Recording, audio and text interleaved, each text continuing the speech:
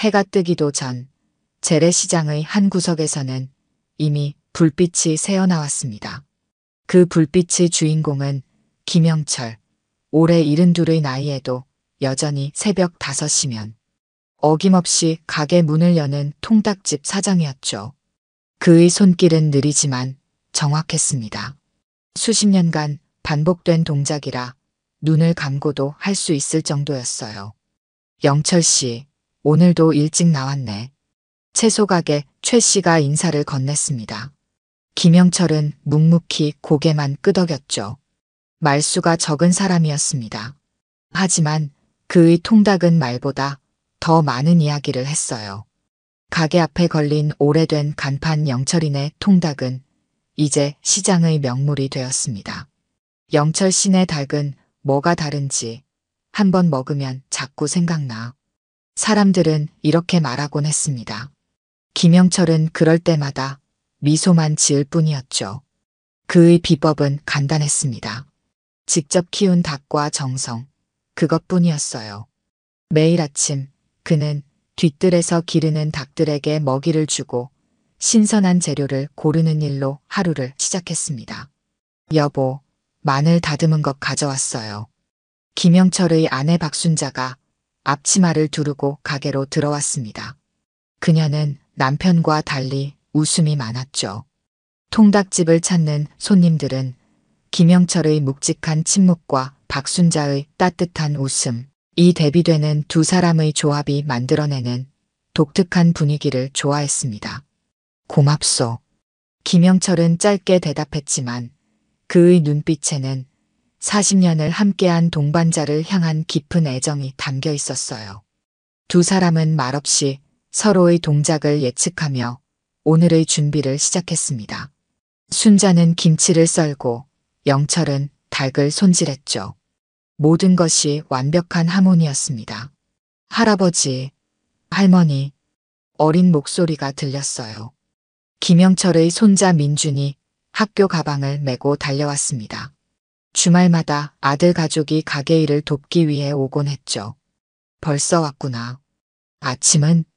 김영철이 물었습니다.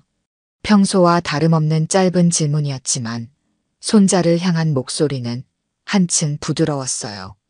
아빠가 데려다 주시면서 여기서 먹으라고 했어요. 민준의 대답에 박순자는 빙그레 웃으며 아침상을 차렸습니다. 그들의 아침은 언제나 이렇게 시작되었죠. 작은 테이블에 둘러앉아 김이 모락모락 나는 된장찌개를 나눠 먹으며 하루를 준비했어요. 시장이 점점 활기를 띠기 시작했습니다. 상인들이 하나둘 문을 열고 물건을 진열했죠. 생선 비린내, 말린 고추향, 갓 구운 빵 냄새가 뒤섞인 재래시장 특유의 냄새가 공기 중에 퍼졌어요. 김영철도 오븐에 불을 지피고 기름을 데우기 시작했습니다. 영철 아저씨, 오늘은 양념이 더 매콤한가? 아침부터 군침이 도네. 생선가게 정씨가 지나가며 물었습니다. 김영철은 고개를 끄덕이며 대답했어요. 오늘 특별히 신선한 고춧가루가 들어왔네. 한 마리 먹어보게. 이것이 김영철의 일상이었습니다. 닭을 튀기고 이웃들과 정을 나누고 가족과 함께하는 소소한 행복을 누리는 것이었죠. 과거에 그가 어떤 삶을 살았는지 아는 사람은 많지 않았어요. 다만 가끔 그의 팔에 비친 단단한 근육이나 위급한 상황에서 보이는 날카로운 판단력이 평범한 노인이 아님을 살짝 내비칠 뿐이었습니다. 시장의 오후는 언제나 분주했어요. 오가는 사람들, 흥정하는 소리, 웃음소리가 시장을 가득 채웠습니다. 김영철의 통닭집 앞에도 손님들이 줄을 섰죠. 어머니 손을 잡은 아이들은 바삭한 닭껍질을 기대하며 초롱초롱한 눈빛으로 기다렸습니다. 영철 씨, 이번 주말에 우리 손주 돌잔치인데 통닭 20마리 준비해 줄 수 있어요? 우리 시장 사람들 다 초대했거든. 과일가게 김씨가 물었습니다. 김영철은 고개를 끄덕이며 수첩에 적었죠. 이렇게 그의 닭은 시장 사람들의 크고 작은 행사에 빠지지 않는 주인공이었습니다. 하지만 해가 저물기 시작하자 시장의 분위기가 미묘하게 변했어요. 또 왔네. 저 새끼들. 누군가 작게 중얼거렸습니다. 김영철은 고개를 들어 시장 입구를 바라봤어요. 검은 바지에 검은 셔츠를 입은 3명의 남자가 느릿느릿 걸어오고 있었습니다. 그들의 등장에 시장의 분위기가 순식간에 얼어붙었죠. 웃음소리가 사라지고 흥정하던 목소리도 작아졌어요. 철룡파라 불리는 이들은 몇 달 전부터 시장에 나타나기 시작했습니다. 처음에는 단순히 보호비라는 명목으로 약간의 돈을 요구했죠. 하지만 시간이 지날수록 그 금액은 커졌고 상인들을 대하는 태도는 점점 거칠어졌습니다. 영철 씨, 저 사람들 어떡하면 좋을까요? 지난주에는 과일 가게 최 씨가 돈이 없다고 했더니 과일들을 다 망가뜨리고 갔다던데. 옆 가게 주인이 걱정스러운 눈빛으로 물었습니다. 김영철은 대답 없이 닭을 튀기는데 집중했어요. 지금까지 철룡파는 김영철의 가게는 건드리지 않았습니다. 아마도 노인이 운영하는 작은 통닭집이 큰 돈이 될 것 같지 않아서였겠죠. 김영철의 손이 잠시 닭을 손질하다 멈췄습니다. 그의 눈은 천천히 거리를 걷는 검은 옷의 남자들을 쫓았어요. 평소의 부드러운 눈빛이 순간 날카롭게 변했죠. 마치 오래전부터 예상했던 일이 드디어 다가오고 있다는 듯한 담담함이 느껴졌습니다. 괜찮을 거요. 걱정 말게. 김영철은 짧게 대답했어요. 그의 목소리에는 묘한 확신이 담겨 있었습니다. 김영철의 손은 다시 움직이기 시작했죠. 하지만 그의 손길에서는 조금 전까지 없던 날카로운 힘이 느껴졌습니다. 그날도 김영철의 통닭집은 맛있는 닭 냄새로 가득 찼습니다. 손님들이 오고 가며 웃음꽃을 피웠죠. 하지만 김영철의 눈은 시장 골목 사이사이를 서성이는 검은 옷의 남자들을 놓치지 않고 있었어요. 곧 다가올 폭풍우를 예감하는 노련한 선장처럼 김영철은 조용히 지켜보고 있었습니다. 비가 내리던 목요일 오후 시장은 평소보다 한산했습니다. 김영철은 그날 들어온 닭을 손질하고 있었어요. 빗소리와 닭을 손질하는 칼소리만이 가게에 울려 퍼졌죠. 평소라면 이런 날에도 단골 손님 몇몇은 찾아왔을 텐데 이상하게 아무도 보이지 않았습니다. 여보, 오늘은 왜 이렇게 손님이 없지? 박순자가 의아해하며 물었어요. 김영철은 고개를 살짝 들어 시장 입구를 바라봤습니다. 희미하게 검은 옷을 입은 남자들이 시장 상인들과 이야기하는 모습이 보였죠. 비가 많이 와서 그럴 거요. 김영철은 평소처럼 짧게 대답했지만 그의 눈빛은 달랐습니다. 무언가 일이 벌어지고 있음을 직감했어요. 저녁이 되자 비는 더 거세게 내렸습니다. 김영철이 막 가게 문을 닫으려는 순간 시장의 분위기가 소란스러워졌어요. 철룡파 조직원들이 시장 곳곳을 돌아다니며 상인들을 괴롭히고 있었습니다. 이번 달부터는 보호비가 2배야. 알겠어? 못 내면 가게는 없어. 이해됐지? 젊은 깡패가 과일 가게 주인에게 윽박지르는 소리가 들렸습니다. 이제 그들은 단순히 돈을 요구하는 것을 넘어 노골적인 위협을 가하기 시작했어요. 돈이 어디 있어요? 장사도 잘 안 되는데. 과일 가게 주인의 떨리는 목소리가 들렸습니다. 다음 순간 쨍그랑 하는 소리와 함께 과일들이 바닥에 떨어지는 소리가 났죠. 김영철은 눈을 감았습니다. 깊은 숨을 내쉬며 참고 있었어요. 여보, 괜찮아요? 박순자가 남편의 손을 꼭 잡았습니다. 그녀는 남편의 표정에서 무언가를 읽었나 봅니다. 오랜 세월 함께한 부부였기에 말하지 않아도 서로의 마음을 알 수 있었죠. 걱정 마시오. 우리는 아직 괜찮소. 김영철은 아내를 안심시켰습니다. 하지만 그의 말과 달리 상황은 점점 악화되고 있었어요. 다음 날 김영철이 새벽부터 가게를 준비하고 있을 때였습니다. 평소보다 이른 시간에 누군가 가게 문을 두드렸어요. 열렸습니다. 김영철이 문을 열자 채소 가게 최 씨가 창백한 얼굴로 서 있었습니다. 그의 오른쪽 눈 주위는 시퍼렇게 멍이 들어 있었죠. 영철 씨, 큰일 났어요. 저 깡패들이 이제 시장 밖까지 세력을 넓히고 있어요. 어제는 시장 건너편 식당들까지 돌아다니며 돈을 걷기 시작했다고. 김영철은 말없이 최 씨를 가게 안으로 들였습니다. 박순자는 서둘러 붓고 있는 눈에 얼음찜질을 해주었죠. 어떻게 된 거요? 김영철이 물었습니다. 최 씨는 한숨을 깊게 내쉬었어요. 어제 저녁에 돈이 없다고 했더니 이렇게 됐어요. 그런데 더 큰 일은 그들이 이제 각 가게마다 자기들 사람을 심겠다고 합니다. 장사의 일부를 가져가겠다는 거예요. 김영철의 주먹이 무의식적으로 꽉 쥐어졌습니다. 날카로운 시선이 스쳐 지나갔지만 곧 평소의 담담한 표정으로 돌아왔죠. 그렇군요. 알겠습니다. 간단한 대답이었지만 그 속에는 깊은 생각이 담겨 있었어요. 최 씨가 떠난 후 김영철은 평소처럼 가게를 열었습니다. 하지만 그날따라 손님들의 표정이 어두웠죠. 모두가 불안에 떨고 있었습니다. 오후 3시 마침내 그들이 김영철의 가게를 찾아왔어요. 어르신, 장사가 잘 되시나 봐요?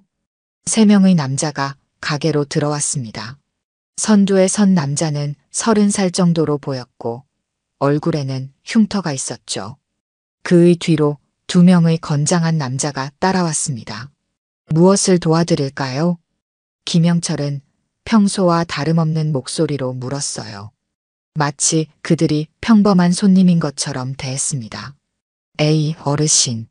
모르는 척 하시네. 우리가 누군지 아실 텐데. 흉터 남자가 비웃듯 말했습니다. 그는 주변을 둘러보더니 닭을 튀기는 기름 위에 손을 가져갔어요. 뜨거운 기름 바로 위에서 손을 흔들며 위협했습니다. 이 동네에서 장사하려면 우리 철룡파의 허락이 필요하다는 거 다들 알고 계시죠? 여기 어르신도 이제부터는 매달 보호비를 내셔야 해요. 김영철은 담담하게 대답했습니다. 보호비요? 보호는 경찰이 해주는 것 아닌가요? 그의 대답에 흉터 남자의 표정이 굳어졌습니다. 그가 갑자기 손을 뻗어 선반 위의 그릇들을 바닥에 쓸어버렸어요. 쨍그랑 소리와 함께 그릇이 산산조각 났습니다. 어르신, 장난하시는 거예요? 여기서 장사하려면 우리한테 협조 좀 해주셔야죠? 김영철은 천천히 수건으로 손을 닦았습니다. 그의 눈빛이 변했지만 목소리는 여전히 차분했어요. 협조? 협조는 무슨? 간결한 대답이었습니다. 흉터 남자는 잠시 당황했지만 곧 비웃듯 말했죠. 에이, 노인네가 뭐 어쩌겠어. 내일 다시 올게.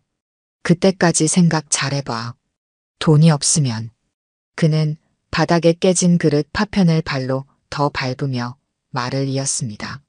가게가 이렇게 될 수도 있다고. 새 남자는 그렇게 위협을 남기고 가게를 나갔습니다. 김영철은 말없이 바닥에 깨진 그릇 조각을 치우기 시작했어요. 그의 손길은 여전히 침착했지만 눈빛에는 무언가 다른 감정이 깃들어 있었습니다. 그날 저녁 시장은 평소보다 일찍 문을 닫았습니다. 상인들은 모두 집으로 돌아갔지만 그들의 얼굴에는 내일에 대한 두려움이 가득했어요. 그러나 김영철의 표정은 달랐습니다. 그는 가게 문을 닫으며 결심한 듯 멀리 바라봤죠. 그날 밤 김영철은 오랜만에 옥상에 올라갔습니다. 별이 총총 떠있는 하늘을 바라보며 깊은 생각에 잠겼어요. 그의 손은 무의식적으로 팔에 있는 오래된 흉터를 어루만졌습니다. 그 흉터는 오래전 그가 누구였는지를 말해주는 증거였죠. 오랜만이구나. 김영철은 작게 중얼거렸습니다. 마치 오래된 친구를 만난 것처럼 말이었어요. 그의 눈빛이 별빛 아래서 반짝였습니다. 그것은 더 이상 노인의 눈빛이 아니었습니다. 그것은 한때 가장 위험한 임무를 수행했던 사람의 눈빛이었죠. 시장 건너편에서는 철룡파 조직원들이 시끄럽게 술을 마시고 있었습니다. 그들은 오늘 자신들이 어떤 사람을 건드렸는지 전혀 알지 못했어요. 김영철은 그들을 바라보며 조용히 미소 지었습니다. 그것은 오래전 전장에서 보였던 미소, 위험을 앞두고 보이는 그런 종류의 미소였죠. 깡패들의 방문 이후 그날 밤 김영철은 침대에 누워 천장을 바라보았습니다. 옆에서는 박순자가 불안한 듯 뒤척이고 있었어요. 여보, 내일 어떻게 할 거예요? 저 사람들이 또 올 텐데. 박순자의 목소리에는 걱정이 가득했습니다. 김영철은 아내의 손을 살며시 잡았죠. 걱정 마시오. 내가 해결할 방법이 있소. 김영철의 목소리는 평소와 달리 단단했습니다. 마치 오래전 그가 가졌던 목소리 같았어요. 박순자는 남편의 얼굴을 바라봤습니다. 40년을 함께한 남편이었지만 지금 그의 표정은 오래전에 잠시 보았던 것과 같았죠. 설마 당신, 박순자가 놀라 물었습니다. 그때처럼 하려는 건 아니죠? 김영철은 대답 대신 천천히 일어나 옷장으로 향했습니다. 가장 안쪽, 아무도 손대지 않는 곳에서 낡은 나무 상자를 꺼냈어요. 상자는 오래되었지만 관리가 잘 되어 있었습니다. 김영철은 상자를 열었고 그 안에는 낡은 군복과 몇 가지 소지품이 놓여 있었어요. 여보, 제발 조심해요. 박순자의 눈에는 걱정과 함께 이해의 빛이 깃들어 있었습니다. 그녀는 남편의 과거를 알았죠. 젊은 시절 김영철이 어떤 일을 했는지, 어떤 사람이었는지. 걱정 마시오. 이번에는 목숨 걸고 하는 일이 아니니까. 김영철은 웃으며 말했지만 그 웃음 뒤에는 단단한 결의가 숨어 있었습니다. 그는 상자에서 낡은 수첩을 꺼내 넘겨봤어요. 오래전 특수부대에서 훈련받은 기술들이 기록되어 있었죠. 아직 몸이 기억하고 있을까? 김영철은 천천히 몸을 풀기 시작했습니다. 나이든 몸이었지만 근육은 여전히 단단했어요.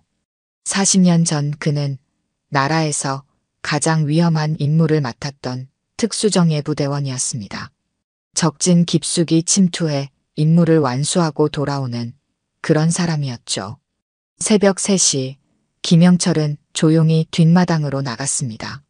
달빛 아래 그의 움직임은 점점 빨라졌어요. 처음에는 뻣뻣했지만 시간이 지날수록 젊은 시절의 감각이 돌아오는 듯 했습니다. 기억은 사라지지 않았고 몸은 여전히 기억하고 있었죠. 아직 늦지 않았군. 김영철은 숨을 고르며 중얼거렸습니다. 그는 앞으로 일어날 일을 준비하고 있었어요. 아침이 밝았습니다. 평소와 같이 김영철은 가게 문을 열었습니다. 하지만 그의 눈빛은 달랐어요.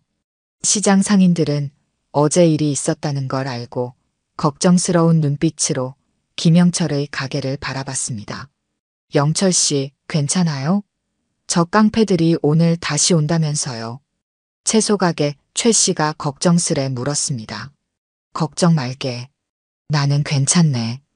김영철의 대답은 평소와 다름없이 짧았지만 그 안에는 묘한 자신감이 담겨 있었어요. 오후가 되자 예상대로 철룡파 깡패들이 다시 나타났습니다. 이번에는 5명이었어요. 흉터 남자가 앞장서서 가게로 들어왔습니다. 어르신, 생각해 보셨어요? 우리와 협조할 건지 아니면 가게를 접을 건지. 김영철은 닭을 손질하다 천천히 고개를 들었습니다. 그의 눈빛은 어제와 달랐어요. 더 이상 노인의 눈빛이 아니었습니다. 자네들이 원하는 게 뭔가? 김영철의 목소리는 냉정했습니다. 흉터 남자는 비웃었어요. 돈이죠, 늙은이. 매달 수익의 30%와 이 가게의 일부 소유권. 그리고 우리 사람 한 명을 여기 심어야 해요. 김영철은 칼을 내려놓고 천천히 앞으로 나왔습니다. 그의 발걸음에는 힘이 있었어요. 그건 안 되겠네. 단호한 거절이었습니다. 흉터 남자의 얼굴이 일그러졌어요. 어르신, 장난하시는 거야? 여기 혼자 계신 노인네가 뭘 어쩌겠다고 그래요? 김영철은 대답 대신 문을 걸어 잠갔습니다. 그리고 천천히 깡패들을 바라봤어요. 이봐, 뭐 하는 짓이야? 흉터 남자가 소리쳤지만 이미 늦었습니다. 김영철의 눈빛이 변했어요. 그것은 전장에서만 볼 수 있는 눈빛이었습니다. 가게 안의 공기가 팽팽하게 달아올랐습니다. 5명의 깡패들이 김영철을 둘러싸고 있었지만 노인의 표정은 흔들림이 없었어요. 오히려 그들이 불안해 보였습니다. 뭐야, 이 늙은이가 미쳤나? 흉터 남자가 주먹을 불끈 쥐며 앞으로 나섰습니다. 우리가 누군지 알고 이러는 거야? 김영철은 대답 대신 부엌으로 걸어갔습니다. 그의 걸음걸이는 느렸지만 그 안에는 위협이 느껴졌어요. 깡패들은 서로를 바라보며 머뭇거렸습니다. 저 영감 뭐 하는 거야? 잡아. 흉터 남자가 소리치자 2명의 깡패가 김영철에게 달려들었습니다. 그러나 다음 순간 그들은 바닥에 쓰러져 있었어요. 김영철은 단 한 번의 움직임으로 2 사람을 제압했습니다. 깡패들의 눈이 크게 떠졌어요. 이게 어떻게? 흉터 남자의 목소리가 떨렸습니다. 너희들 뭐 하는 거야? 같이 덤벼. 나머지 3명도 김영철에게 달려들었습니다. 하지만 결과는 같았어요. 김영철의 움직임은 예측할 수 없을 만큼 빨랐고 한 번의 타격은 정확했습니다. 그의 손은 여전히 닭을 손질하던 그 손이었지만 지금은 수십 년 전 적진에서 임무를 수행하던 그 손길을 되찾았어요. 너 도대체 누구야? 마지막까지 서 있던 흉터 남자가 물었습니다. 김영철은 처음으로 미소를 지었어요. 그냥 통닭집 주인일 뿐이네. 김영철은 깡패들의 휴대폰을 모두 빼앗고 문을 열어 그들을 내보냈습니다. 다시는 이 시장에 얼씬거리지 말게. 알겠나? 하지만 물러날 깡패들이 아니었습니다. 그날 밤 철룡파는 대규모로 시장을 습격했어요. 가게들이 유리창이 박살나고 물건들이 엉망이 되었습니다. 김영철의 통닭집도 예외는 아니었죠. 한밤중에 요란한 소리와 함께 가게 앞 유리가 깨졌어요. 여보, 저게 뭐예요? 박순자가 놀라 일어났습니다. 김영철은 침착하게 일어나 옷을 입었습니다. 아내, 경찰은 부르지 말아요. 하지만 여보, 박순자가 걱정스럽게 물었습니다. 이건 너무 위험해요. 당신 혼자서는. 김영철은 아내의 손을 잡았습니다. 걱정 마시오. 나 혼자가 아니오. 그가 문을 열자 시장의 상인들이 모여 있었어요. 그들의 얼굴에는 분노와 결의가 담겨 있었습니다. 영철 씨, 우리도 더는 참을 수 없어요. 채소가게 최 씨가 말했습니다. 당신이 어제 한 일을 들었어요. 우리도 함께 하겠습니다. 김영철은 고개를 끄덕였습니다. 그리고 모두 함께 망가진 가게들을 살펴봤어요. 참혹했습니다. 수년간 일궈온 가게들이 하룻밤 사이에 엉망이 되었죠. 우리 이대로 당할 순 없어요.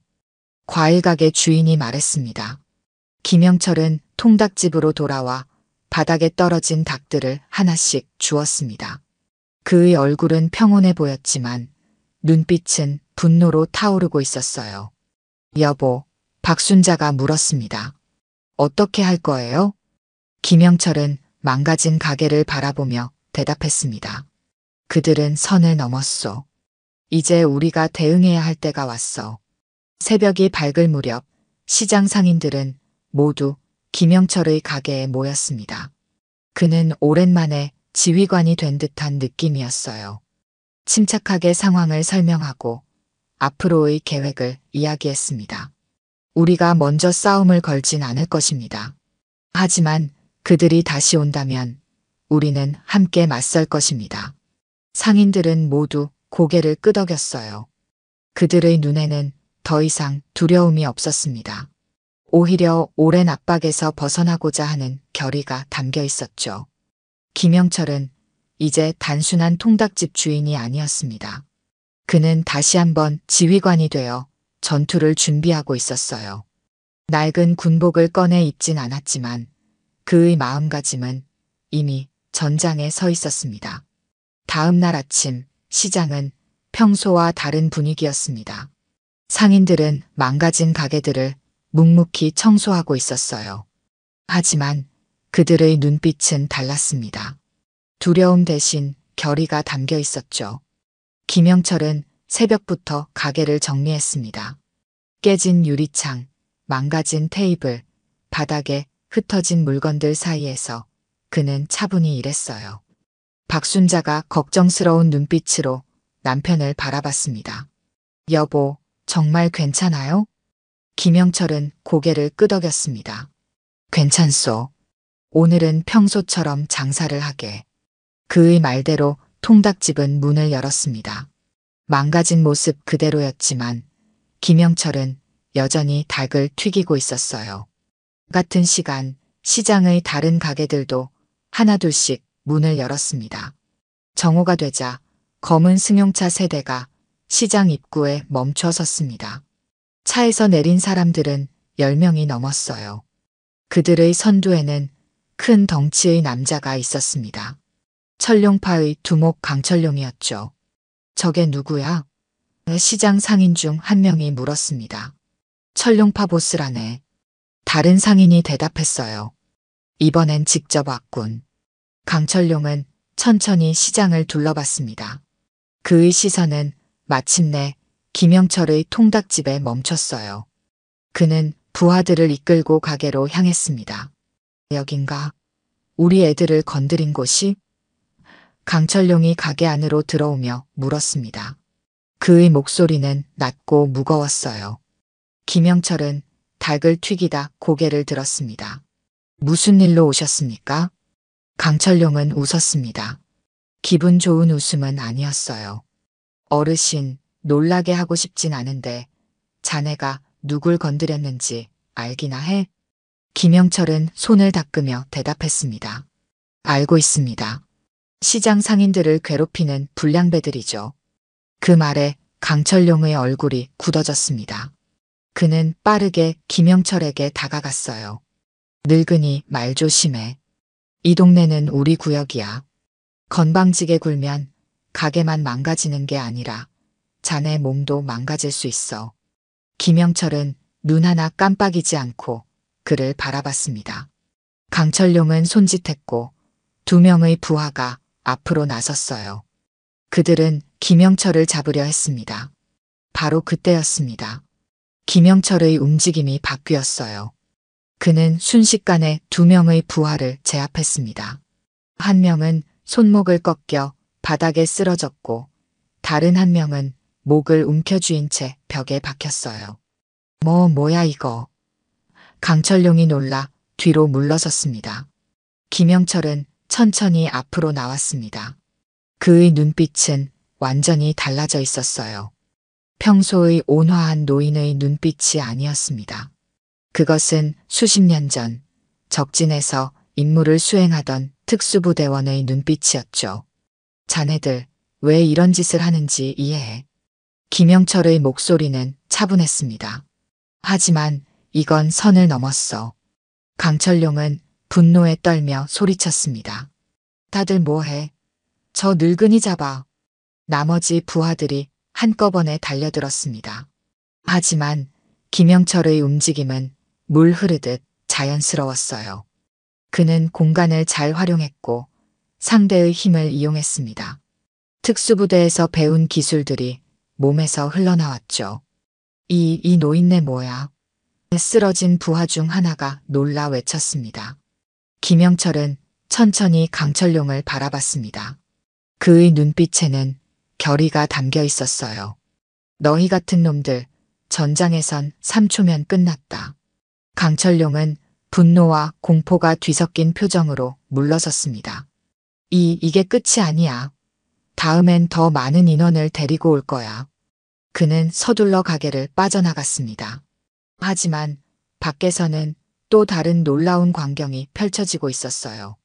시장 상인들이 모두 모여 있었고 그들은 각자 도구를 들고 있었습니다.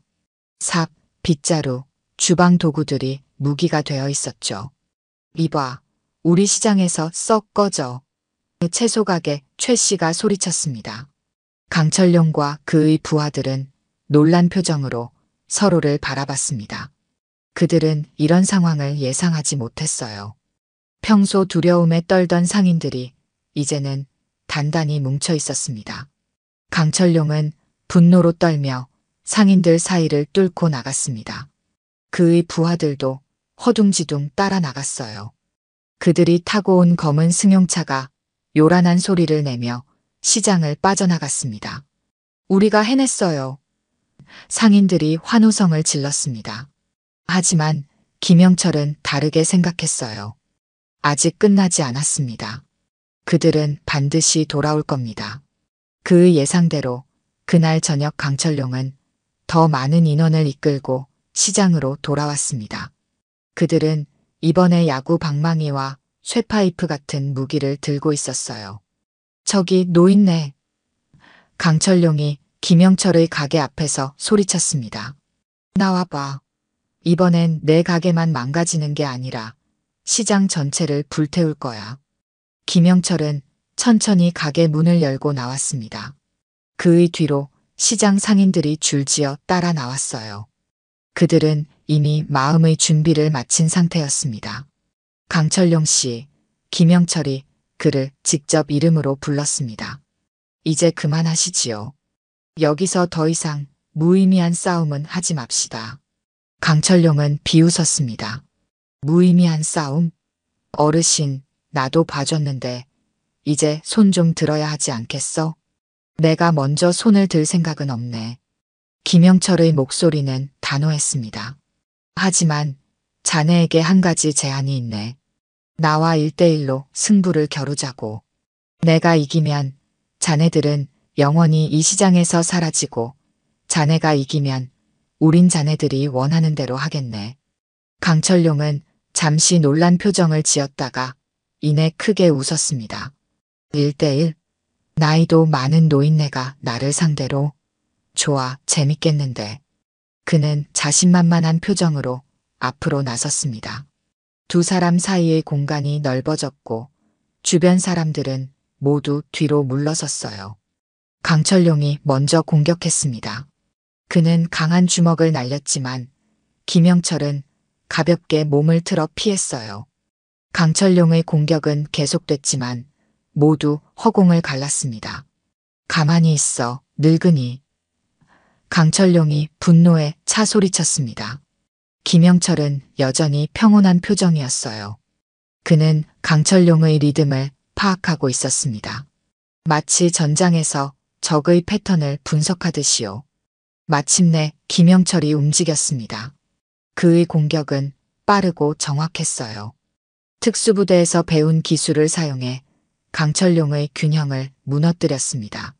그리고 한 번의 정확한 타격으로 강철용을 쓰러뜨렸어요. 이게 어떻게? 강철용이 바닥에 쓰러진 채 놀라 물었습니다. 김영철은 그를 내려다보며 말했습니다. 너 같은 놈들 예전에도 많이 봤지. 근데 말이야, 인생을 이렇게 살면 나중에 후회해. 강철용은 일어나려 했지만 더 이상 힘이 나지 않았습니다. 그의 부하들도 당황한 표정으로 서로를 바라볼 뿐이었어요. 바로 그때 경찰 사이렌 소리가 들렸습니다. 미리 준비해둔 상인들의 신고로 경찰이 도착한 것이었죠. 상인들은 그동안 철룡파가 저지른 범죄 증거를 모두 모아두었고 오늘의 현장도 몰래 촬영하고 있었습니다.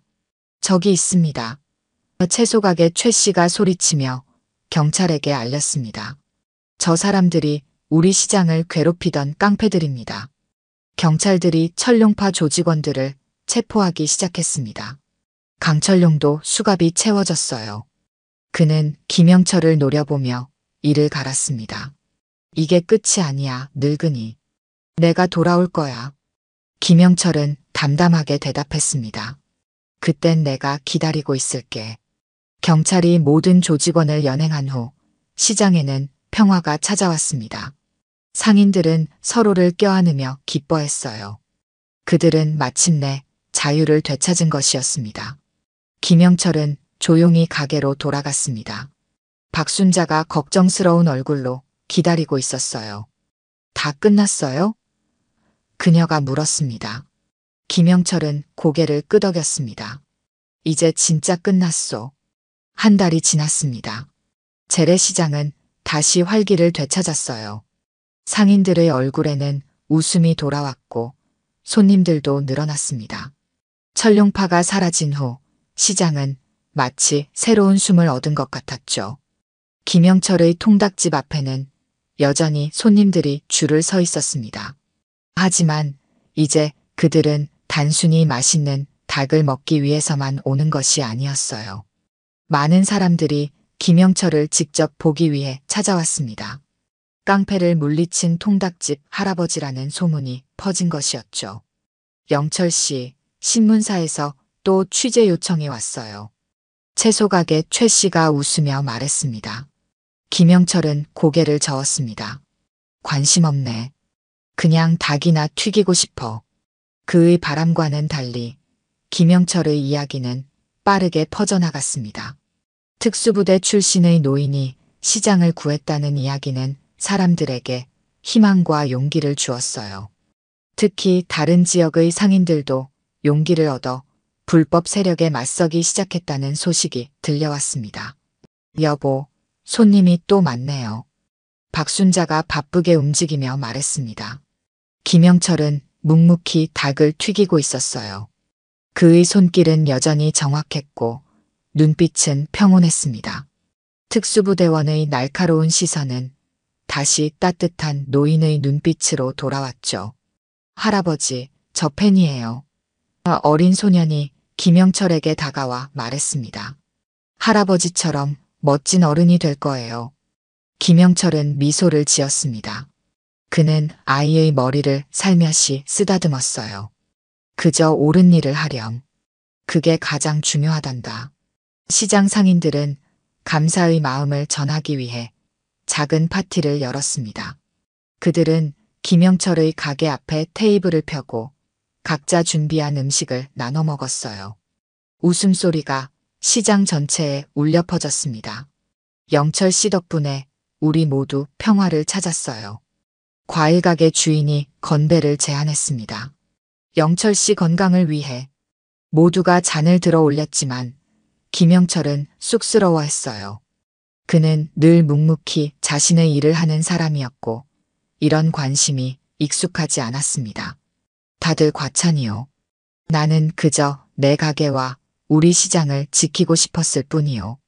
파티가 끝나고 김영철은 혼자 가게를 정리했습니다. 그때 경찰서에서 연락이 왔어요. 김영철 씨, 강철룡과 그 조직이 모두 구속됐습니다. 여러분이 제공한 증거 덕분에 그들은 오랫동안 감옥에 있을 겁니다. 소식을 들은 김영철은 안도의 한숨을 내쉬었습니다. 이제 정말 모든 일이 끝난 것이었어요. 여보, 이제 좀 쉬면 어떨까요? 박순자가 남편의 어깨를 감싸며 물었습니다. 당신 몸도 많이 피곤할 텐데. 김영철은 아내를 바라보며 미소 지었습니다. 걱정 마시오. 나는 괜찮소. 이제 다시 평범한 일상으로 돌아갈 시간이오. 그날 저녁 김영철은 평소처럼 닭을 손질했습니다. 하지만 그의 마음은 조금 달라져 있었어요. 오랫동안 감춰두었던 과거의 일부를 다시 꺼내보니 묘한 감정이 솟아올랐습니다. 그것은 두려움도 후회도 아닌 일종의 해방감이었죠. 여보, 우리 이번 주말에 애들이랑 다 같이 식사하는 게 어떨까요? 박순자가 제안했습니다. 김영철은 고개를 끄덕였습니다. 좋은 생각이요. 오랜만에 가족이 다 모이면 좋겠군. 시장에 어둠이 내리고 가게들의 불빛이 하나둘 꺼져갔습니다. 하지만 김영철의 통닭집은 여전히 환하게 빛나고 있었어요. 그곳에서는 여전히 맛있는 닭 냄새가 풍겨나왔고 사람들의 웃음소리가 끊이지 않았습니다. 1년이 지났습니다. 재래시장은 완전히 달라졌어요. 철룡파 사건 이후 시장은 지역의 명소가 되었고 많은 사람들이 찾아오는 활기찬 공간이 되었습니다. 상인들은 서로 협력하여 시장을 더 좋은 곳으로 만들어 나갔죠. 김영철의 통닭집은 여전히 시장의 중심이었습니다. 하지만 이제 그곳은 단순한 통닭집이 아니었어요. 시장을 지킨 영웅의 가게, 용기 있는 행동의 상징이 되었습니다. 할아버지, 이거 보세요. 손자 민준이 기쁜 표정으로 달려왔습니다. 그의 손에는 상장이 들려 있었어요. 태권도 대회에서 상 받았어요. 김영철은 손자의 머리를 쓰다듬었습니다. 정말 잘했구나.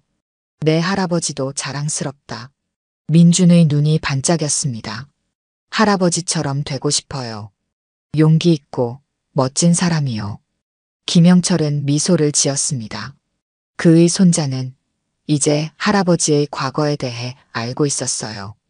특수부 대원이었던 사실, 그리고 시장을 지킨 이야기까지.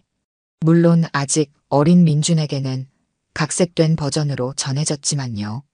저녁이 되자 김영철은 아내와 함께 시장을 거닐었습니다. 이제 그들은 가게 일을 아들 부부에게 조금씩 맡기고 있었어요. 젊은 세대가 새로운 아이디어로 가게를 이끌어가는 모습을 보는 것도 즐거웠습니다. 여보, 기억나요? 작년 이맘때 박순자가 남편의 팔을 잡으며 물었습니다. 김영철은 고개를 끄덕였습니다. 어찌 잊을 수 있겠소. 우리 모두에게 큰 변화의 시간이었지. 그들은 시장 끝에 있는 작은 벤치에 앉았습니다. 석양이 시장 위로 붉게 물들고 있었어요. 멀리서 아이들의 웃음소리가 들려왔습니다. 여보, 후회는 없어요? 박순자가 물었습니다. 그때 그렇게 했던 것, 과거를 다시 끄집어냈던 것. 김영철은 잠시 생각에 잠겼습니다. 그리고 천천히 대답했어요. 후회는 없소. 오히려 다행이라고 생각하네. 내가 가진 능력으로 우리 시장과 사람들을 지킬 수 있어서. 김영철은 하늘을 바라봤습니다. 저녁 노을이 아름다웠어요. 젊었을 때는 국가를 위해 싸웠지. 이제는 우리 가족과 이웃을 위해 싸웠고 그 모든 시간이 의미 있었다고 생각하네. 박순자는 남편의 손을 꼭 잡았습니다. 40년을 함께한 동반자였지만 지난 1년 동안 그녀는 남편의 새로운 모습을 발견했어요. 아니, 잊고 있었던 옛 모습을 다시 본 것인지도 몰랐습니다. 당신, 이제 좀 쉬어도 되지 않겠어? 박순자가 걱정스럽게 물었습니다. 김영철은 미소를 지었습니다. 아직은 튀길 닭이 많아. 그의 대답에 박순자는 웃음을 터뜨렸습니다. 김영철도 따라 웃었어요. 두 사람의 웃음소리가 시장에 울려 퍼졌습니다. 다음 날 아침, 김영철은 여전히 새벽 5시에 일어났습니다. 그는 조용히 옷을 입고 가게로 향했어요. 시장은 아직 고요했지만 곧 사람들의 발걸음으로 채워질 것이었습니다. 김영철은 닭장으로 가서 닭들에게 먹이를 주었습니다.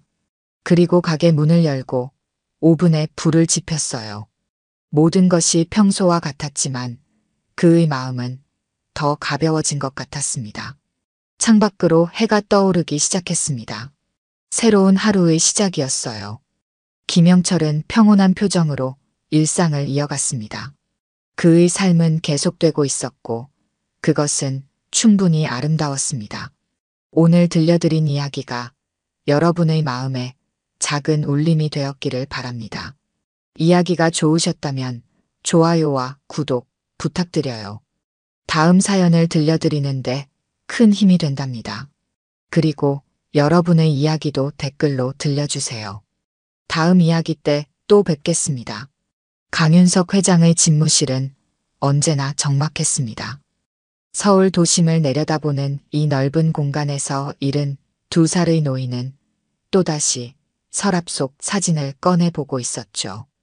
대한강업그룹의 총수로서 겉으로는 강인한 리더의 모습을 보여주지만 내면에는 30년 전 잃어버린 사랑과 딸에 대한 깊은 상처를 안고 살아가는 사람입니다.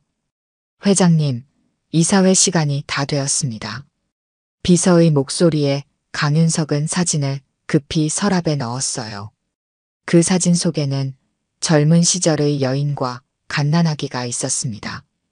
그의 첫사랑이자 전처, 그리고 잃어버린 딸이죠.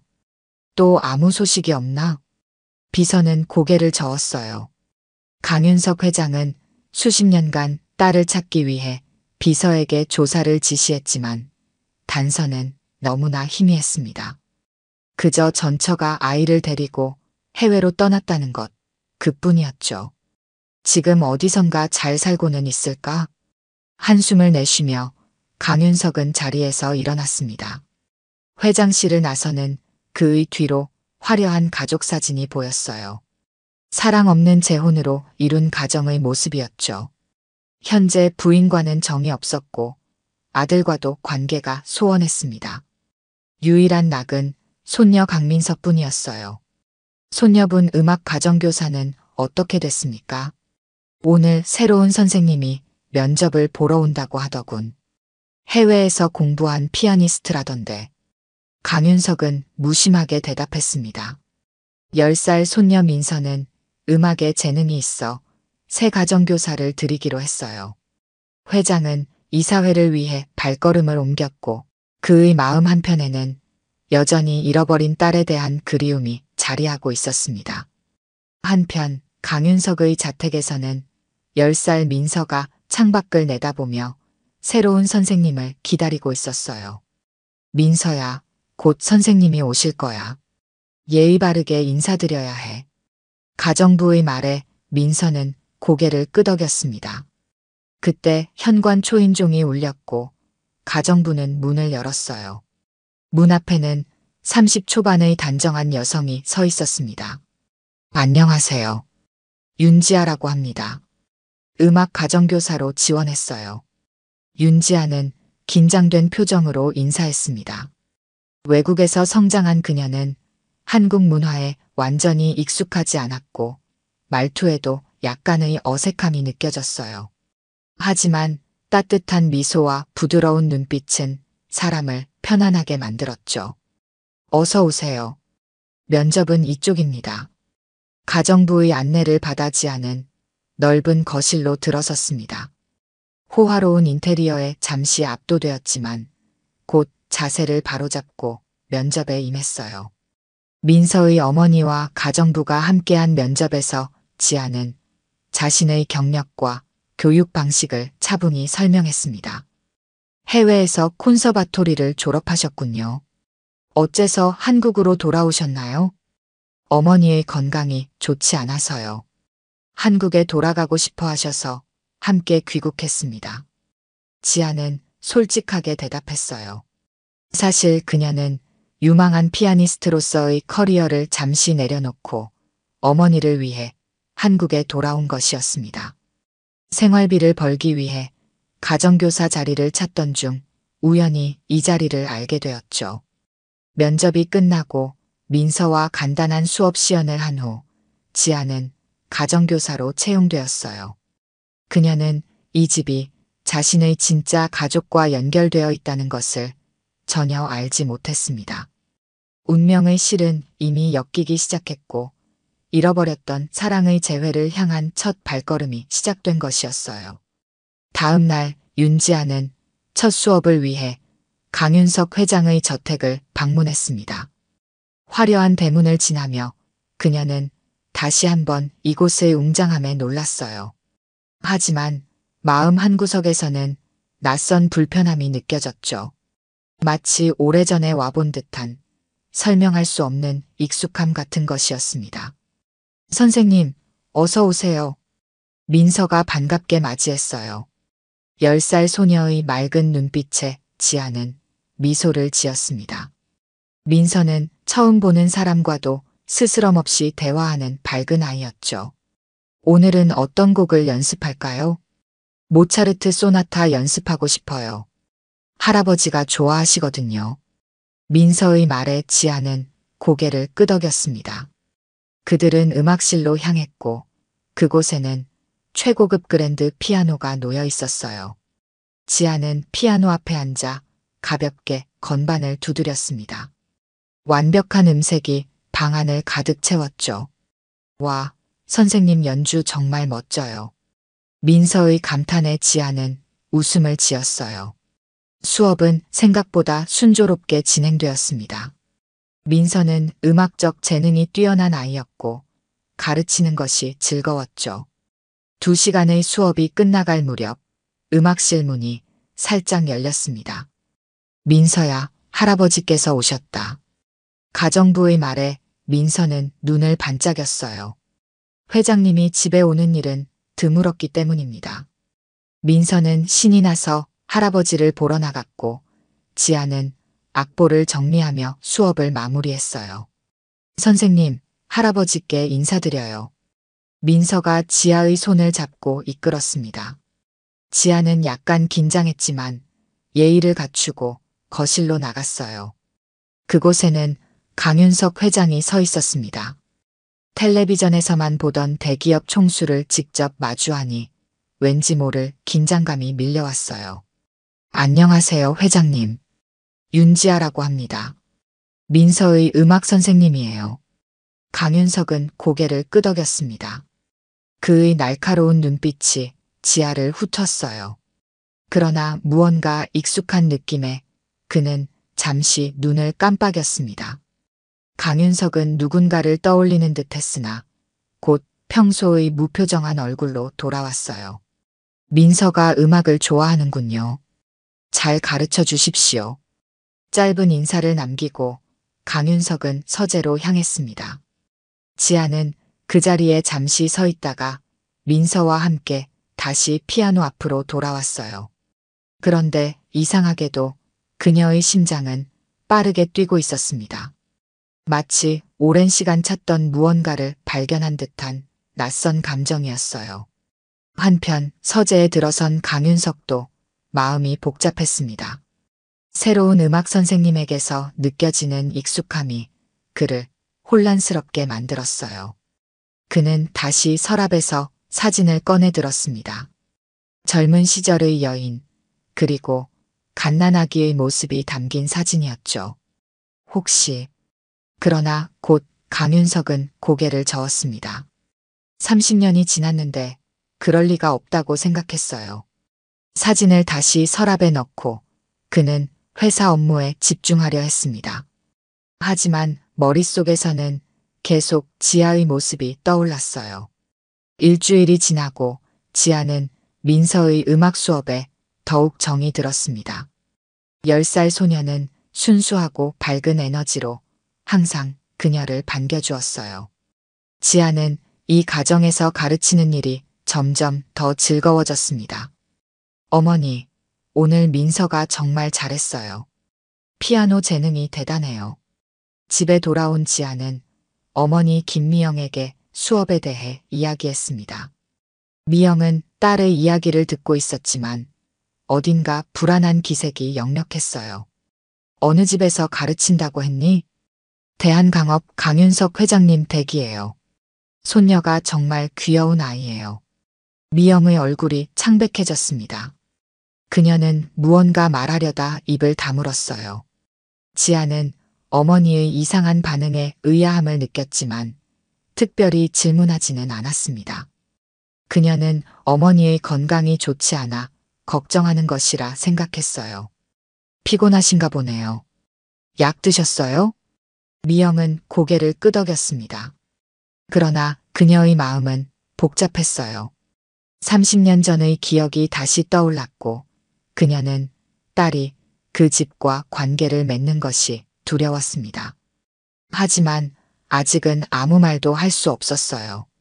지아야, 그 집에서 오래 일할 생각이니? 네, 좋은 기회라고 생각해요. 제가 콘서트 활동을 다시 시작할 때까지 안정적인 수입이 필요하니까요. 미영은 한숨을 내쉬었습니다. 그녀는 과거를 떠올리며 불안에 떨었어요. 하지만 지금 당장은 딸에게 진실을 말할 용기가 나지 않았습니다. 운명의 수레바퀴는 이미 돌아가기 시작했고 그녀는 그저 지켜볼 수밖에 없었어요.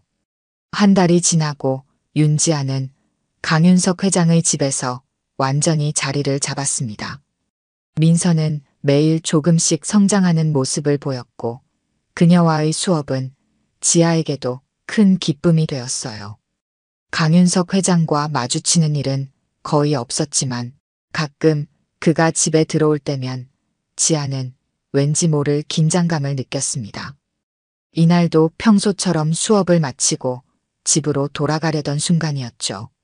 현관에서 신발을 갈아 신는데 밖에서 차 소리가 들렸어요.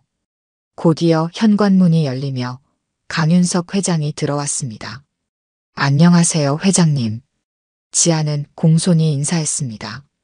강윤석은 피곤한 표정으로 고개를 끄덕였어요.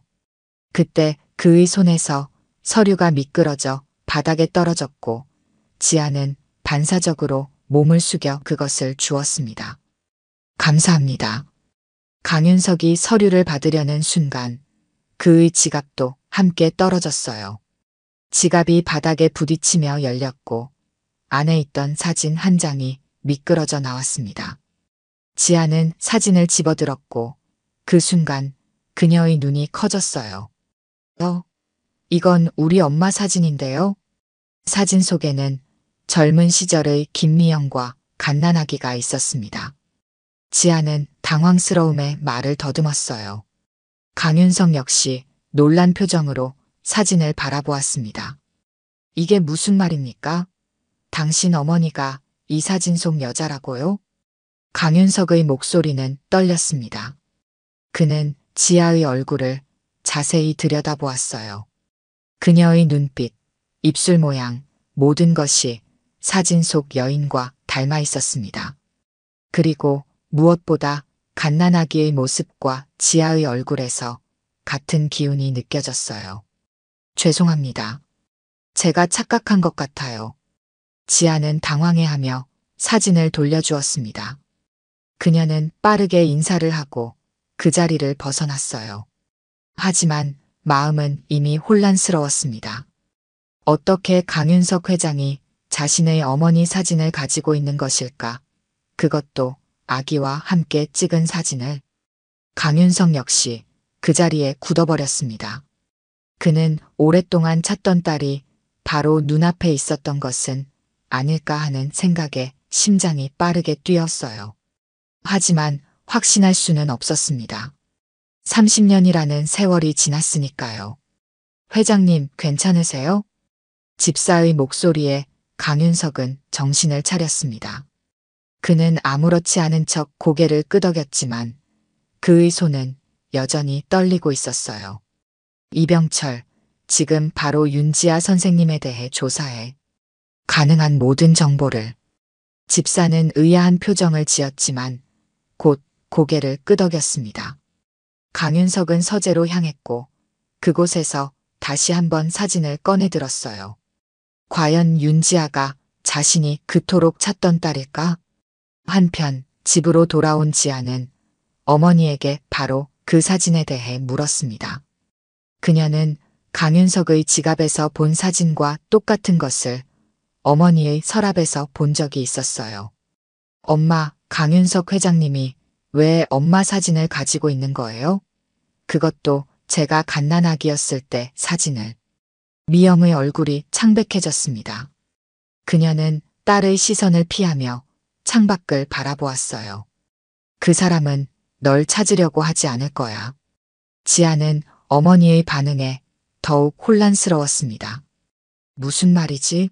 내가 태어났을 때 강윤석 회장이 우리 가족과 무슨 관계가 있었던 걸까?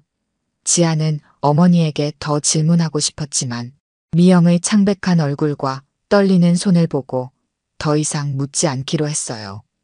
엄마, 몸이 안 좋으신가요? 쉬세요. 나중에 이야기해요. 미영은 고개를 끄덕였습니다. 그러나 그녀의 머릿속은 과거의 기억으로 가득 찼어요. 30년 전 젊은 시절의 강윤석과의 사랑, 그리고 그를 떠나야만 했던 이유들. 미영은 한숨을 깊게 내쉬었습니다. 언젠가는 딸에게 모든 것을 말해야 한다는 것을 알았지만 지금은 그럴 용기가 나지 않았어요.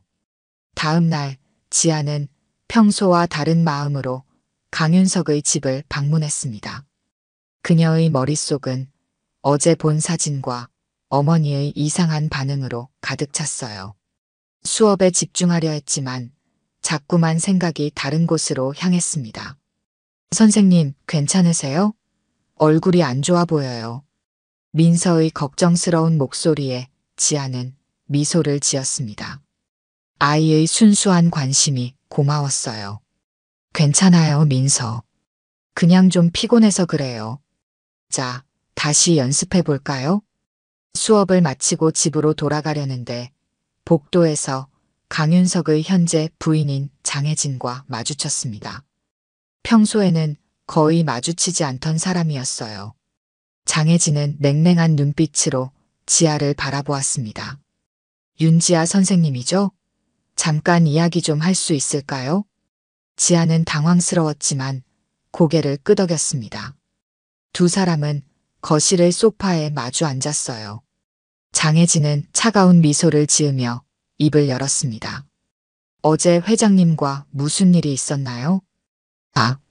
그저 우연히 마주쳤을 뿐입니다. 특별한 일은 없었어요. 지아는 솔직하게 말하고 싶었지만 무언가가 그녀를 막았습니다. 장혜진의 눈빛에서 경계심이 느껴졌어요. 그럼 다행이네요. 회장님은 요즘 건강이 좋지 않으세요. 불필요한 접촉은 피해 주시길 바랍니다. 장혜진의 말에는 분명한 경고가 담겨 있었습니다. 지아는 고개를 끄덕이며 자리에서 일어났어요. 그러나 그녀의 마음속에는 더 큰 의문이 생겼습니다. 무언가 중요한 진실이 이 집안에 숨겨져 있다는 느낌이 점점 강해졌어요. 지아는 집으로 돌아가는 길에 결심했습니다. 그 사진과 자신, 그리고 강윤석 회장 사이의 관계를 반드시 알아내리라고. 어머니가 말해주지 않는다면 직접 찾아내야 할 것이었어요. 그녀의 가슴 속에서는 이미 진실에 대한 확신이 자라나고 있었습니다. 강윤석과 윤지아의 우연한 만남을 목격한 건 장혜진만이 아니었습니다. 집사 이병철도 그 장면을 보았고 회장의 반응에서 무언가 특별한 일이 있었음을 직감했어요. 30년간 회장을 모셔온 이병철은 강윤석이 잃어버린 딸을 찾고 있다는 사실을 알고 있었습니다. 이 선생님이 과연 그분의 딸일까요? 이병철은 조용히 생각했습니다. 회장의 지시대로 그는 윤지아에 대한 조사를 시작했어요. 그녀의 출생 기록부터 학력, 해외 생활까지 모든 정보를 수집했습니다. 그리고 얼마 지나지 않아 충격적인 사실을 발견했어요. 출생 신고가 아이가 태어난 후 1년이나 지나서 되어 있군요. 이것은 분명 의심스러운 점이었습니다. 더구나 그녀의 어머니 김미영은 강윤석의 첫 번째 부인과 이름이 같았어요. 단순한 우연일까요? 이병철은 자료를 들고 강윤석을 찾아갔습니다. 회장님, 윤지아 씨에 대한 조사 결과입니다. 강윤석은 서류를 받아들었습니다. 그의 손이 미세하게 떨렸어요. 그는 차분히 내용을 읽어내려갔고 출생 기록에서 멈췄습니다. 병철 씨, 이 출생 기록 좀 더 자세히 조사해보게. 그리고 김미영 씨의 과거 행적도. 이병철은 고개를 끄덕였습니다. 그는 강윤석의 눈빛에서 희망과 두려움이 교차하는 것을 보았어요. 30년간의 그리움이 해소될 수도 있는 순간이었습니다. 한편 윤지아도 자신의 방식대로 조사를 시작했습니다. 그녀는 어머니의 오래된 앨범을 꺼내 하나하나 살펴보았어요. 대부분의 사진은 지아가 5살 이후의 것들이었습니다. 그 이전의 사진은 거의 없었죠. 왜 어린 시절 사진이 이렇게 없지? 지아는 의아했습니다. 그녀는 어머니의 서랍을 열어 더 많은 단서를 찾으려 했어요. 그곳에서 오래된 일기장을 발견했습니다. 지아는 잠시 망설였지만 진실을 알고 싶은 마음에 일기장을 펼쳤어요. 미안해, 윤서가. 하지만 이것이 우리 모두를 위한 길이야. 일기장의 첫 문장에 지아는 숨을 멈췄습니다. 윤석이라는 이름, 그것은 분명 강윤석을 의미하는 것이었어요. 지아는 더 읽어내려갔지만 그때 방 밖에서 소리가 들렸습니다. 지아야, 뭐 하고 있니? 어머니의 목소리에 지아는 황급히 일기장을 제자리에 넣었습니다. 그녀는 평소와 같은 표정을 지으려 노력했어요. 아무것도 아니에요, 엄마. 그냥 옛날 사진 좀 보고 있었어요. 미영은 딸을 의심스럽게 바라보았지만 더 묻지는 않았습니다. 그녀의 표정에는 깊은 걱정이 서려 있었어요. 지아야, 그 집에서 일하는 것. 그만둘 생각은 없니? 지아는 어머니의 갑작스러운 제안에 놀랐습니다. 그동안 어머니는 그녀의 일에 대해 아무런 의견도 내지 않았어요. 왜요? 민서는 재능 있는 아이고 저도 그 아이를 가르치는 게 즐거워요. 미영은 한숨을 내쉬었습니다. 그녀는 무언가 더 말하고 싶어 했지만 결국 입을 다물었어요. 지아는 어머니의 이상한 행동에 더욱 의심이 커졌습니다. 다음 날 지아는 평소와 같이 회장 집으로 향했습니다. 그러나 그녀의 마음은 이제 다른 목적으로 가득 차 있었어요. 더 많은 단서를 찾아야 했습니다. 수업 중에 민서에게 조심스럽게 물었어요. 민서야, 할아버지에 대해 더 알려줄래? 어떤 분이신지. 민서는 잠시 생각하더니 대답했습니다. 할아버지는 항상 바쁘시지만 저한테는 따뜻하세요. 그런데 가끔 정말 슬퍼 보여요. 특히 오래된 사진을 보실 때요. 지아는 민서의 말에 귀를 기울였습니다. 아이의 순수한 관찰이 때로는 어른보다 더 정확할 때가 있었어요. 할아버지가 가장 소중히 여기는 게 뭐라고 생각해? 아마도 서랍에 있는 할머니 사진이요. 제가 본 적은 없지만 할아버지가 자주 보신다고 집사 아저씨가 그랬어요. 민서의 대답에 지아의 심장이 빠르게 뛰었습니다. 그녀는 점점 더 확신이 들었어요. 자신과 강윤석 사이에는 분명 특별한 관계가 있었습니다. 그리고 그 진실을 알아내는 것이 그녀의 운명이었죠. 강윤석은 밤늦게까지 자신의 서재에 앉아 있었습니다. 그의 앞에는 이병철이 가져온 윤지아의 모든 기록이 펼쳐져 있었어요. 출생 기록, 학창시절 사진, 유학 기간의 음악회 프로그램부까지. 그는 한 장 한 장 정성스럽게 넘겨보았습니다. 이제 확신이 듭니다. 강윤석의 목소리는 떨렸어요.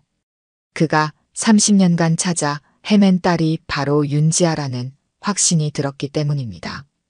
출생 시기, 어머니의 이름, 그리고 무엇보다 그녀의 눈빛. 모든 것이 일치했어요.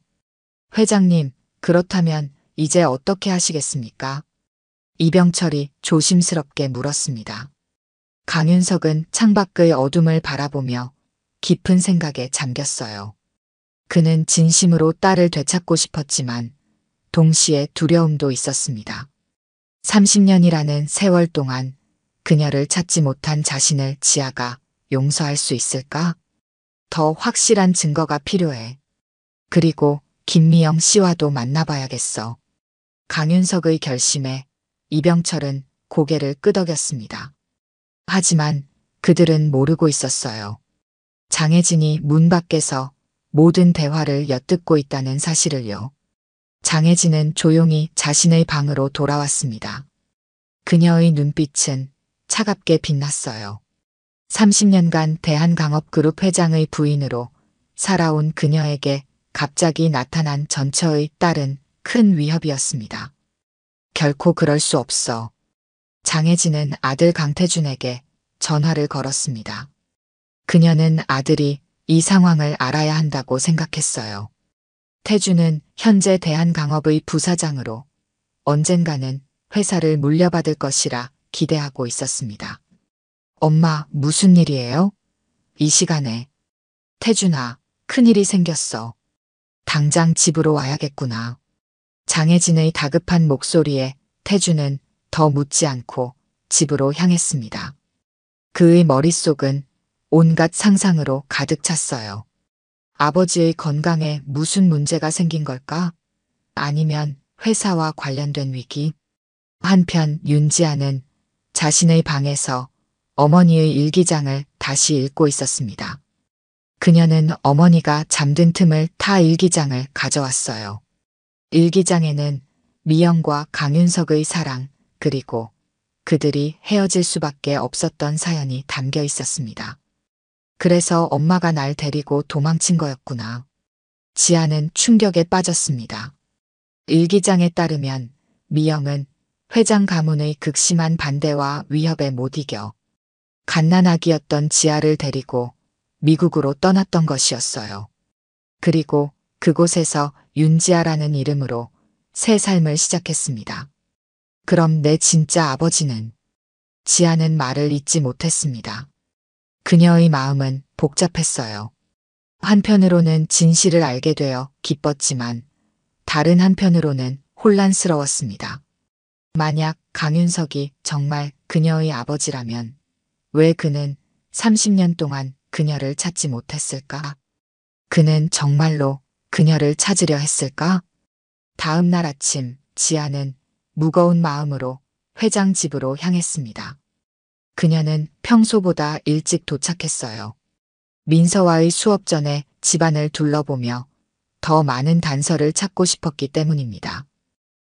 선생님 벌써 오셨네요. 현관에서 이병철과 마주친 지아는 약간 당황했습니다. 그녀는 미소를 지으며 인사했어요. 네, 오늘은 민서와 특별 수업이 있어서요. 이병철은 의심스러운 눈빛으로 지아를 바라보았습니다. 그는 이미 그녀가 누구인지 알고 있었어요. 하지만 그것을 티내지 않으려 했습니다. 회장님께서 오늘 아침 일찍 출근하셨습니다. 혹시 회장님을 뵈러 오셨다면 아쉽게 됐네요. 지아는 고개를 저었습니다. 아니에요. 민서만 만나러 왔어요. 그녀는 음악실로 향했어요. 하지만 그녀의 가슴은 빠르게 뛰고 있었습니다. 이병철의 눈빛에서 무언가 이상한 것을 느꼈기 때문이에요. 마치 그가 자신의 정체를 알고 있는 것 같았습니다. 장혜진은 아들과 함께 아침 식사를 하고 있었습니다.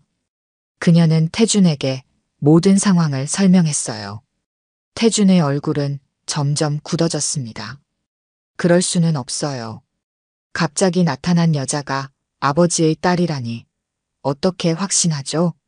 내 아버지는 이미 확신하고 있어. 그리고 그 여자가 정말 내 아버지의 딸이라면 내 상속권은 위협받을 거야. 태준은 생각에 잠겼습니다. 그는 어머니처럼 윤지아의 존재를 위협적으로 생각했어요. 대한강업그룹의 미래 회장 자리는 그에게 절대 포기할 수 없는 것이었습니다. 어떻게 해야 할까요? 우선 그 여자가 정말 내 아버지의 딸인지 확인해야 해. 그리고 만약 그렇다면 장혜진은 말을 멈추었습니다. 그녀의 눈빛에는 차가운 결심이 담겨 있었어요. 그녀는 윤지아가 이 집안에 들어오는 것을 결코 허락할 수 없었습니다. 강윤석은 이병철에게 특별한 임무를 맡겼습니다. 그것은 윤지아와 김미영이 살고 있는 집을 은밀히 방문하는 것이었어요. 그는 직접 만나기 전에 확실한 증거를 원했습니다. 가능한 한 조용히 움직이게 누구에게도 알리지 말고. 이병철은 고개를 끄덕였습니다. 그는 조심스럽게 지아의 집 주변을 살폈어요. 마침 지아가 회장 집에서 수업 중이었기 때문에 미영은 혼자 집에 있을 것이라 생각했습니다. 초인종을 누르자 문이 열렸고 그곳에는 김미영이 서 있었어요. 30년이 지났지만 이병철은 그녀를 바로 알아보았습니다. 젊은 시절 강윤석의 첫 번째 부인이었던 그녀였죠. 누구십니까? 미영의 목소리는 떨렸습니다. 그녀는 직감적으로 이 방문이 평범하지 않다는 것을 느꼈어요. 김미영 씨죠? 저는 강윤석 회장의 집사 이병철입니다. 미영의 얼굴이 창백해졌습니다. 그녀는 문을 닫으려 했지만 이병철이 부드럽게 막았어요. 걱정하지 마십시오. 해치려는 것이 아닙니다. 회장님께서 알고 싶어 하는 것이 있어서 왔습니다. 미영은 잠시 망설이다가 이병철을 안으로 들였습니다. 그녀의 손은 떨리고 있었어요. 강윤석 씨가 알았군요. 지아에 대해서. 이병철은 고개를 끄덕였습니다. 회장님은 단지 확신이 필요하실 뿐입니다. 정말로 윤지아 씨가 그분의 딸인지. 미영은 한숨을 내쉬었어요. 그녀는 천천히 일어나 방으로 들어갔다가 오래된 상자를 들고 돌아왔습니다. 그 안에는 출생증명서와 몇 장의 사진이 있었어요. 이것이 증거예요. 지아는 강윤석의 딸입니다. 이병철은 자료를 살펴보았습니다. 그는 충분한 증거를 얻었다고 생각했어요. 그러나 그가 모르는 사이 장혜진의 지시로 그를 미행하던 사람이 이 모든 상황을 지켜보고 있었습니다. 한편 회장 집에서는 윤지아가 민서와 수업을 마치고 있었습니다. 그때 강윤석이 음악실로 들어왔어요. 민서야, 잠시 할아버지와 윤 선생님이 이야기할 게 있구나. 먼저 나가 있을래? 민서는 의아해하며 밖으로 나갔습니다. 강윤석과 지아는 처음으로 단둘이 마주 앉게 되었어요. 윤지아 씨, 당신에 대해 알아보았습니다. 지아는 긴장했지만 침착하게 대답했습니다. 네, 저도 회장님에 대해 알아봤어요. 강윤석의 눈이 커졌습니다. 그는 지아의 눈을 깊이 바라보았어요. 그 눈빛은 너무나 익숙했습니다. 자신의 첫사랑 미영의 눈빛이자 그가 한 번도 제대로 안아보지 못한 딸의 눈빛이었죠. 당신이 내 딸인가요? 지아는 숨을 깊게 들이마셨습니다. 그녀도 이미 알고 있었어요. 어머니의 일기장을 통해 그리고 자신의 직감을 통해 그런 것 같아요. 어머니의 일기장에서 모든 것을 읽었습니다. 강윤석은 감정을 억누르려 했지만 그의 눈에서는 이미 눈물이 흐르고 있었어요. 30년간의 그리움이 한순간에 폭발한 것이었습니다. DNA 검사를 하고 싶습니다. 완전한 확신을 위해서요. 지아는 고개를 끄덕였습니다. 그녀도 확실히 알고 싶었어요. 강윤석은 자신의 비서에게 연락해 즉시 검사를 준비하도록 지시했습니다. 그러나 그들이 모르는 사이 장혜진은 이미 계획을 세우고 있었어요. 그녀는 검사 결과를 조작하려 했습니다. 그녀의 지시로 비서는 검사기관에 연락해 거짓 결과를 만들도록 했어요. 절대 부녀 관계로 나오면 안 돼. 알겠지? 비서는 장혜진의 뜻을 따르겠다고 약속했습니다. 하지만 이병철이 이 상황을 눈치채고 있었어요. 그는 오랜 시간 회장을 섬겨왔고 진정으로 그의 행복을 바랐습니다. 검사는 신속하게 이루어졌고 결과는 3일 후에 나왔습니다.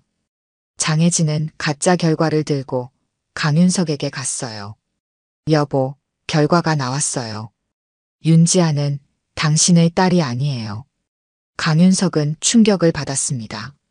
그는 결과지를 자세히 살펴보았어요. 모든 것이 진짜처럼 보였습니다. 그의 마음은 다시 한번 깊은 절망에 빠졌어요. 아니야, 뭔가 잘못됐어. 그러나 그때 이병철이 서둘러 들어왔습니다. 그는 숨을 헐떡이며 말했어요. 회장님, 검사 결과가 조작됐습니다. 제가 직접 기관에 확인했습니다. 장혜진의 얼굴이 창백해졌습니다. 강윤석은 천천히 그녀를 바라보았어요. 그의 눈에는 분노와 실망이 가득했습니다. 진짜 결과를 가져오게. 이병철은 서류 봉투를 건넸습니다.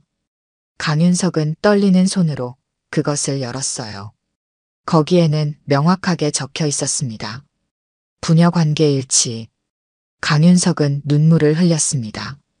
30년 동안의 간절한 바람이 마침내 이루어진 순간이었어요. 그는 즉시 지아에게 연락했습니다. 윤지아 씨, 아니, 내 딸, 당장 만날 수 있을까요? 지아도 결과를 듣고 깊은 감동에 빠졌습니다. 그녀는 항상 아버지의 존재를 그리워했어요. 비록 어머니의 말로만 전해 들었지만 그녀의 마음 한구석에는 늘 아버지를 향한 그리움이 있었습니다.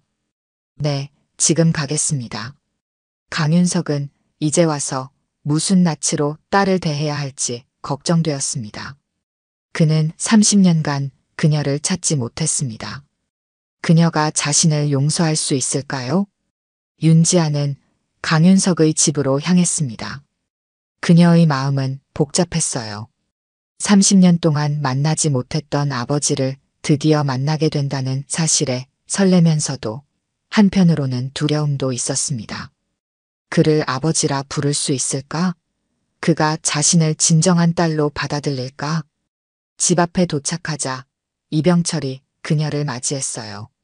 그의 눈에는 따뜻함이 담겨 있었습니다. 윤지아 씨, 회장님께서 서재에서 기다리고 계십니다. 지아는 심호흡을 하고 집 안으로 들어섰습니다. 그러나 현관에서 장혜진과 마주쳤어요. 장혜진의 눈빛은 차갑고 적대적이었습니다. 당신이 이 집에 들어올 자격은 없어요. 30년 전에 버려진 아이가 갑자기 나타나서 무엇을 바라는 거죠? 지아는 당황했지만 침착하게 대답했습니다. 저는 아무것도 바라지 않아요. 단지 진실을 알고 싶었을 뿐입니다.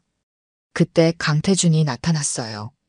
그는 장혜진보다 더 분노한 표정이었습니다. 당신이 갑자기 나타나서 우리 가족을 망치려 한다면 가만히 있지 않을 거예요. 지아는 위축되었습니다. 그녀는 이 가족에게 환영받지 못한다는 것을 분명히 느꼈어요. 하지만 그때 민서가 달려왔습니다. 지아 선생님, 오셨어요? 오늘도 피아노 가르쳐 주실 거예요? 민서의 순수한 반응에 지아는 따뜻함을 느꼈습니다. 그리고 그 순간 강윤석이 계단을 내려왔어요. 지아야. 처음으로 그녀의 이름을 부르는 강윤석의 목소리는 떨렸습니다. 그의 눈에는 눈물이 고여 있었어요. 지아도 가슴이 뭉클해졌습니다. 다들 진정하게. 지아는 내 딸이야. DNA 검사로 확인된 사실이네. 장혜진과 태주는 분노했지만 더 이상 반박할 수 없었어요. 강윤석은 지아의 손을 잡고 서재로 향했습니다. 그곳에서 그는 무릎을 꿇고 오열했어요. 아버지가 널 찾고 있었다. 내 잘못이다. 그동안 미안하다. 지아는 눈물을 흘렸습니다. 그녀의 마음속에 있던 공허함이 조금씩 채워지는 느낌이었어요. 하지만 그녀는 아직 완전히 받아들일 준비가 되지 않았습니다. 저도 아버지를 만나고 싶었어요. 하지만 30년이라는 시간이 있었습니다. 저는 천천히 이 모든 것을 받아들이고 싶어요. 강윤석은 이해한다는 듯 고개를 끄덕였습니다.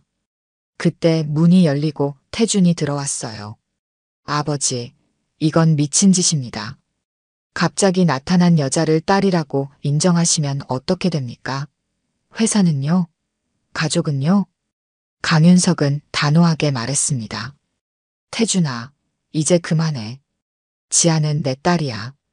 내가 받아들이든 말든 이건 변하지 않는 사실이다. 태주는 분노로 떨었지만 더 이상 말하지 못했어요. 그는 문을 세게 닫고 나갔습니다. 민서가 조심스럽게 문을 열고 들어왔어요. 할아버지, 지아 선생님이 우리 가족이 된 거예요? 강윤석은 미소 지었습니다. 그래, 민서야.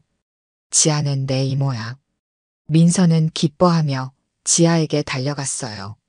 이모, 나랑 계속 피아노 해줘야 해. 지아는 민서를 안아주며 미소 지었습니다.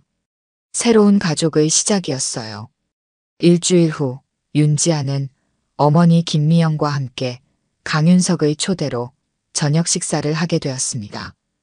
미영은 처음에는 거절했지만 지아의 설득으로 마음을 바꾸었어요. 그녀에게도 과거의 상처를 치유할 시간이 필요했습니다. 저택에 도착하자 강윤석이 직접 마중 나왔어요. 그는 미영을 보며 잠시 말을 잇지 못했습니다. 30년의 세월이 흘렀지만 그의 마음속에는 여전히 첫사랑의 감정이 남아 있었어요. 오랜만이네요, 윤석 씨. 미영의 담담한 목소리에 강윤석은 고개를 끄덕였습니다. 그들 사이에는 말로 표현할 수 없는 깊은 역사가 있었어요. 저녁 식사는 의외로 평화롭게 진행되었습니다. 장혜진은 참석하지 않았고 태주는 여전히 불편한 기색이었지만 예의는 지켰어요. 민서는 지아에게 계속 이모라고 부르며 기쁨을 감추지 못했습니다. 식사 후 강윤석은 지아에게 제안했어요. 지아야, 우리 집으로 이사 오지 않을래? 내 어머니도 함께. 30년을 놓친 시간을 조금이라도 함께하고 싶구나. 지아는 잠시 생각했습니다. 그녀는 강윤석의 마음을 이해했지만 자신의 독립성도 중요했어요. 감사합니다, 아버지. 하지만 저는 제 삶을 계속 살고 싶어요. 음악가로서의 꿈도 있고요. 강윤석은 실망했지만 이해했습니다. 그럼 적어도 내가 도울 수 있게 해다오. 내 유학 비용이나 콘서트 활동에 필요한 것들을. 지아는 미소 지었어요. 그건 감사히 받을게요. 하지만 저는 강윤석의 딸이라는 이름보다 윤지아라는 피아니스트로 인정받고 싶습니다. 강윤석은 딸의 강한 의지에 감동했습니다. 그녀는 부와 명예에 연연하지 않는 독립적인 여성으로 성장해 있었어요. 다음 날 지아는 민서의 수업을 계속했습니다. 이제 그녀는 단순한 선생님이 아닌 이모였어요. 민서는 더욱 열심히 피아노를 배웠습니다. 이모, 나중에 이모처럼 유명한 피아니스트가 될 거예요. 지아는 민서의 머리를 쓰다듬었습니다. 그럼 열심히 연습해야겠네. 수업이 끝난 후 강윤석이 다가왔어요. 지아야, 내일 중요한 가족 모임이 있어. 내가 공식적으로 우리 가족으로 소개되는 자리야. 지아는 긴장했지만 고개를 끄덕였습니다. 그녀는 천천히 이 새로운 정체성을 받아들이고 있었어요. 한 달 후 지아는 오랫동안 준비해온 리사이트를 열었습니다. 공연장 앞줄에는 강윤석, 미영, 민서가 앉아 있었어요. 태준도 마지못해 참석했습니다. 지아는 생애 최고의 연주를 펼쳤고 관객들의 뜨거운 박수를 받았어요. 공연이 끝난 후 강윤석은 딸에게 꽃다발을 건넸습니다. 그의 눈에는 자랑스러움이 가득했어요. 내 연주를 들을 수 있어서 행복하구나. 지아는 미소 지었습니다. 저도 아버지가 와주셔서 행복해요. 미영도 다가와 딸을 안아주었어요. 그녀는 이제 과거의 아픔을 조금씩 내려놓고 있었습니다. 돌아가는 차 안에서 강윤석은 행복한 표정으로 말했어요. 이제야 가족이 된 것 같구나. 지아는 고개를 끄덕였습니다. 그녀의 삶은 예상치 못한 방향으로 변했지만 이제 그녀는 자신의 뿌리를 알게 되었고 새로운 가족을 얻었어요. 그리고 무엇보다 그녀는 윤지아로서의 정체성을 잃지 않으면서 강윤석의 딸이 되는 법을 배우고 있었습니다. 운명의 수레바퀴는 마침내 그들을 한자리에 모았고 잃어버렸던 사랑은 다시 피어나기 시작했어요. 오늘 들려드린 이야기가 여러분의 마음에 작은 울림이 되었기를 바랍니다. 이야기가 좋으셨다면 좋아요와 구독 부탁드려요. 다음 사연을 들려드리는데 큰 힘이 된답니다. 그리고 여러분의 이야기도 댓글로 들려주세요. 다음 이야기 때 또 뵙겠습니다.